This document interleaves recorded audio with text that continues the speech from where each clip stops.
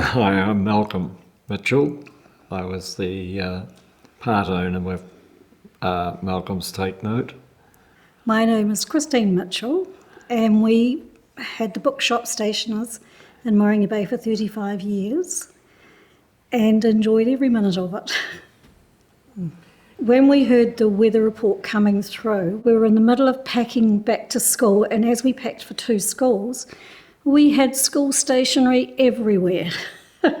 So we got everything up as high as we could onto the tables and not expecting to have the amount of water come through that did. The next thing, the ceiling started leaking as well as the wall. Surprise, I got such a shock. There was water coming through the back door that was shut. It was coming up the sides of the door and coming in. And that door is above my head if I'm standing on the ground outside. And I kept thinking, where's this water coming from? How come it's this high?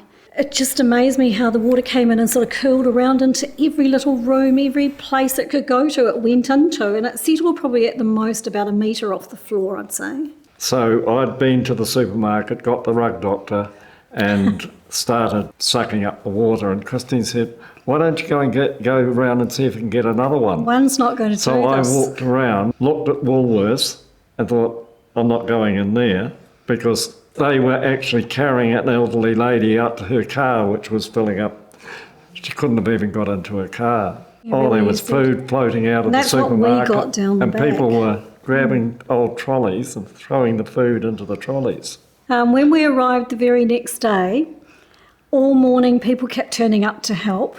We had all our customers and neighbours throwing all our junk out into 2 skips, and then we had people turn up with tables, people turn up with squeegee mops, and the local politician turned up. But we did discover later on that because it's paper, all the exercise box we had packed, we might see a wet box on the bottom, but the next one up had sucked the water up, but we couldn't even tell from the outside. So they were all stuck together in the boxes. I was worried about the germ, because we obviously had big mould problems, and I was really worried about what we were probably inhaling.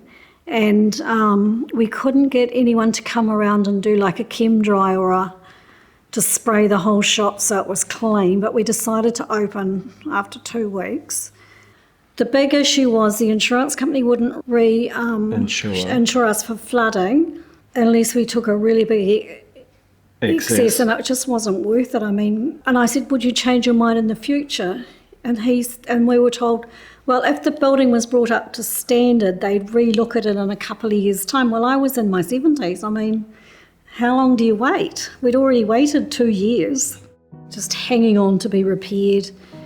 The fact that we'd been through COVID and business had never really picked up to the pre-COVID level. Malcolm had some major illnesses. It all just went on forever, and eventually during that year, I made a decision one morning. I thought, I'm not mentally up for this.